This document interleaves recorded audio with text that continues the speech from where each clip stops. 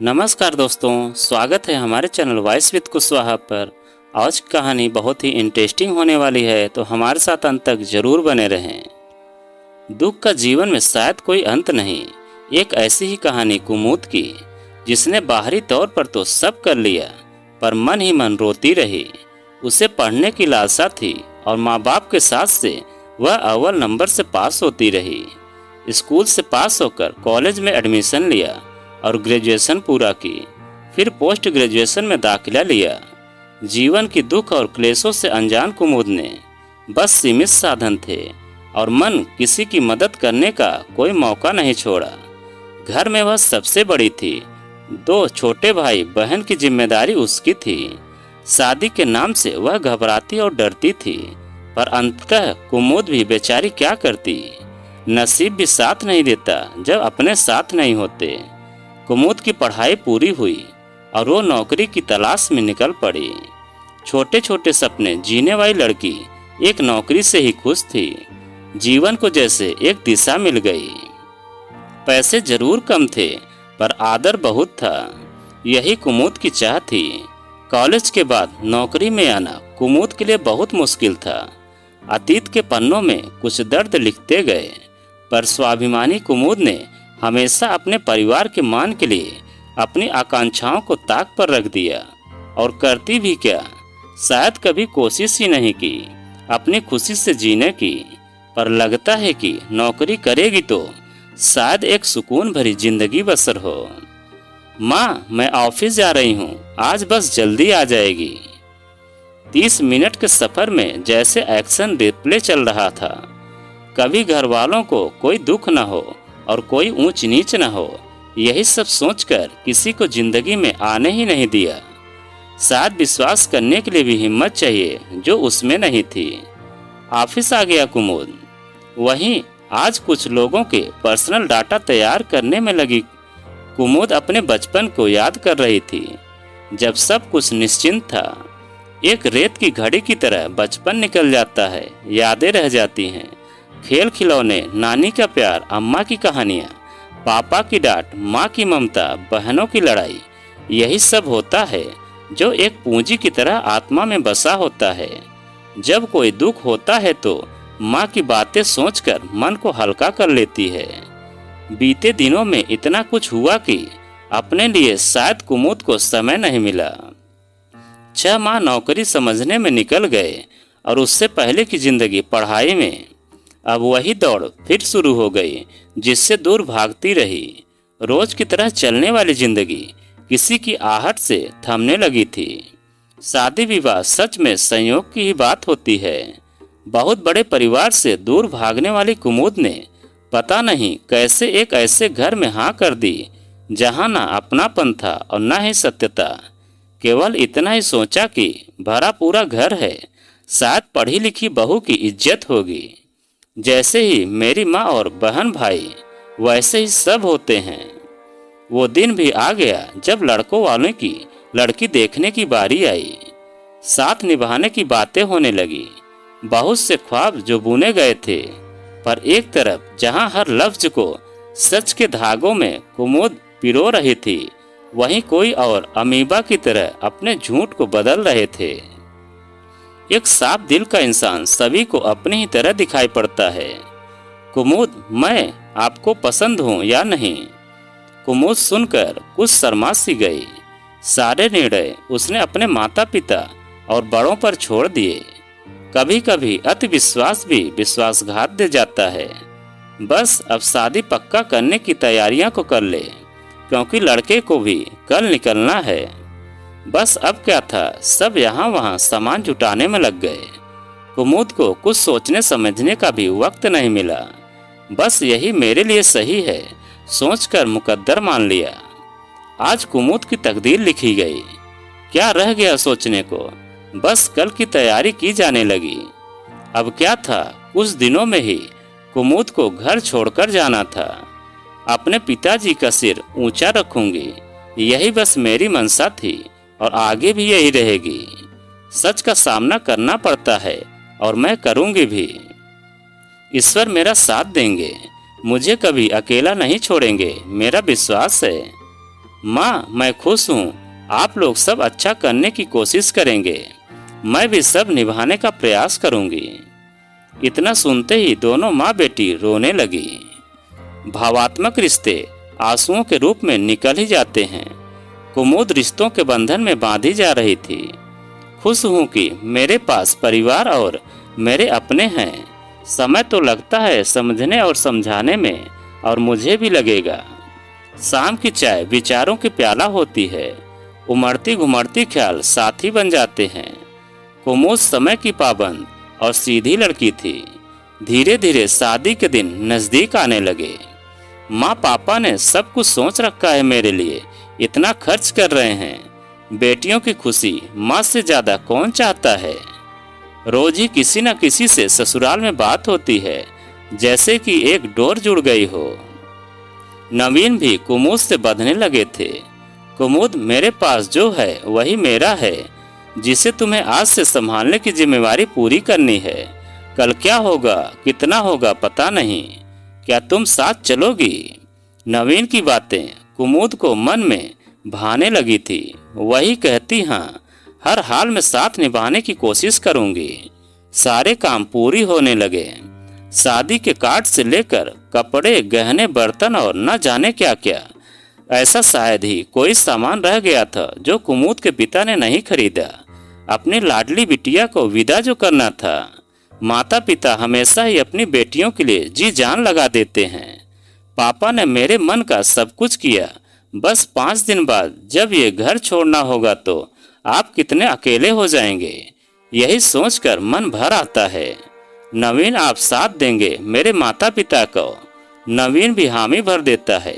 ये जरूरी नहीं कि जो कहा जाए वो सच हो, और जो छिपा है वह झूठ। लग्न और सगाई की रस्म की जाने वाली थी। कुमुद के हाथों की मेहंदी, कड़ा, कचोरे सब बोल रहे थे कि बस बेटी की विदाई होने वाली है। पल पल माँ की आंखों में आंसू बेटी के मन को और कच्चा कर देते। पिता रो नहीं सकता, पर एक पिता बेटी की शान होता है। वह जब तक उनकी छाया में रहती है राज करती है। कल और आज जैसे सब कुछ पीछे छूट रहा है। छोटी बहन के हर सवाल का जवाब कौन देगा? कौन उसे कल के लिए तैयार करेगा? माँ का ध्यान कौन रखेगा? मैं पिताजी का बेटा थी, फिर कल क्यों विदाई है? हृदय छेदते सवालों का कोई जवाब नहीं था। बेटी की विदाई तो शायद उस भाग्य है जो विधाता ने जन्म से तय किया हुआ है। बेटी की शादी और कन्यादान हर पिता को याद रहती है। यही वो लम्हे होते हैं जब पिता कलेजे के टुकड़े को अपने से दूर करता है। पर हमारी बेटियों को यह सीख नहीं दी गई होती कि वह एक इंसान से शादी कर रही है। यदि लालची भेड़िया निकले तो जो भेड़ियों के साथ किया जाता है वही करना चाहिए। विदाई के बाद वापसी के रास्ते मानो बंद हो जाता है। फेरे शुरू हुए, शाम की लगन थी। पंडित जी के मंत्रोच्चार के बीच कन्यादान की विधि आरंभ हुई। पिताजी माताजी आकर बैठे और भरे मन से बेटी का हाथ नवीन के हाथ में दिया। मन ही मन वचन लिया कि मेरी बेटी का ख्याल रखना। कुमुद बड़ी ही मुश्किलों से अपने अश्रु रोक रही थी। फेरे शुरू होते ही माता पिताजी वहां से चले गए। मानो अपने माँ और पिताजी को देखने के लिए कुमुद अधीर हुई जा रही थी। इशारों में पूछा, मौसी, पापा कहाँ हैं? फेरे पूरे हुए और फिर तमाशा रस्म रिवाज पूरे किए जाने लगे, पर कोई नहीं आया। लगभग 3-4 घंटे निकल गए। कुमुद के मन के भाव कुछ बदल से गए। ऐसा लग रहा था कि नवीन कुछ गुस्से में है। अचानक ही फेरे के बाद उसका भाई आया और दोनों में कोई बात हुई, और तभी से नवीन की मुस्कान बंद सी हो गई। माँ आई, पर बिना देखे ही बस एक फैमिली फोटो खिंचवा के चली गई। या क्या हो रहा है? कुछ तो है जो मन में खटक सा गया है। कुमुद दुखी हो गई, पर क्या करे, बहू को एक सालीन दिखना भी जरूरी था। जैसे ही दूल्हा दुल्हन के लिए भोज लगाया जाने लगा, सारे परिवार वाले गायब थे। छोटी बहन जो अब तक साथ थी वह भी यह कहकर निकल गई, दीदी मैंने खाना खा लिया है। 4 ननद और 2 देवर के बीच कुमुद मानो अकेली हो गई थी। कोई खुशी नहीं थी, जैसे कि सब फॉर्मेलिटी चल रही हो। पूरी रात यूं ही निकल गई। न कोई घर वाले आए और न ही मिले। ऐसे ही विदाई के पल भी नजदीक आने लगे। एक दुल्हन तब तक पूर्ण नहीं होती जब तक उसकी शादी में उसके माता पिता की खुशियां न हो। नहीं तो हर लड़की लव मैरिज के नाम पर घर से भाग के शादी न कर लेती। एक पवित्र रिश्ता मन से जुड़ता है, धन से नहीं। जैसा कि आजकल चलन हो गया है कि मैरिज हॉल से ही बेटी की विदाई कर देते हैं और पग फेरे साथ ही कर लिए जाते हैं। एक हाल लड़की वालों का और दूसरा लड़के वालों का होता है। कुमुद के मन के भाव एक लड़की ही समझ सकती है। सारी चीजें समेटी गई। बेटी की विदाई जो होनी थी, बस नहीं समेट सके तो रोते हुए मन और आंखों को।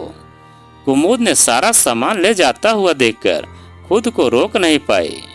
पूरी रात माँ पापा को भी देखा भी नहीं, पर अब जाते समय कुछ पल तो उनके साथ सहेज लिए जाएं। कुमुद जैसे ही कमरे से बाहर निकली, बाहर कोई और ही मंजर था। थोड़ी ही दूरी पर रिश्तेदारों की और ससुराल वालों की बातें चल रही थी। सारा सामान लिस्ट से मिला लो, कैश या सामान कुछ कम तो नहीं दिया है न। देवर और ननद सारा सामान ऐसे गिन रहे थे मानो सोने के सामान के पूरे दाम दे आए हों और सुनार ने चांदी की पॉलिश के गहने दे दिए हों। कुमुद थोड़ा और आगे बढ़ी। बहुत दूर से इतना साफ नहीं दिख रहा था। अब क्या रह गया है भाई साहब, 10 लाख के सामान और खर्चे की पूरी गिनती आपको करा दी। अपनी बेटी के लिए बस सोने का एक कड़ा ही तो दिया है, जिसके 75,000 शायद आपको कम लग रहे हैं। भीगी हुई नम आंखों से उसने पापा और मौसा जी को बात करते देखा। कुछ कह और समझ पाती उससे पहले ही नवीन ने हाथ खड़े कर दिए। पापा जी और आपके बीच क्या लेन देन की बात हुई है मुझे नहीं पता, पर अंकल जी इस तरह बखेड़ा मत करिए। वैसे भी शादी में इन सब बातों के लिए बहस करना आपको शोभा नहीं देता। लड़की ब्याह दी, फिर भी पैसे देने में कुछ कंजूसी कर रहे हैं। कुमुद के पैरों तले मानो जमीन ही सरक गई। इससे पहले कि कोई उसे देख पाता, वो उल्टे पांव कमरे में आ गई। परेशान कुमुद समझ नहीं पा रही थी कि क्या हो रहा है ये। कुमुद ने सोचा, मुझे तो लगा कि सब कुछ पिताजी अपने मन से कर रहे हैं। नवीन ने कोई डिमांड नहीं की, यही सोचकर तो शादी के लिए हाँ की थी। पढ़ा लिखा लड़का है, गांव के परिवार का भी है, तो विचारधारा तो परिपक्व होगी। मेरे माता पिता ने भी कभी कोई जिक्र नहीं किया। एक माँ बाप पता नहीं लड़की के लिए क्या क्या सहते हैं। अपना सब सौंपने के बाद भी उनसे कीमत वसूली जाती है।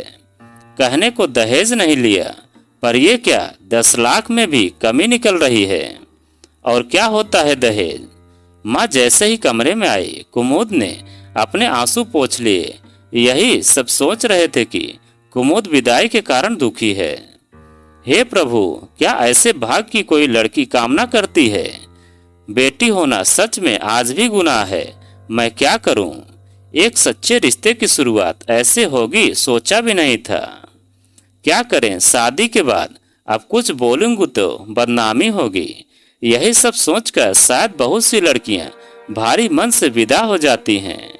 ये तो माँ बाप का काम है पैसे देना, हमें क्या। मैं कुमुद ऐसा नहीं कर सकती। मेरी आत्मा को बेच दूं तो कैसे जीऊंगी।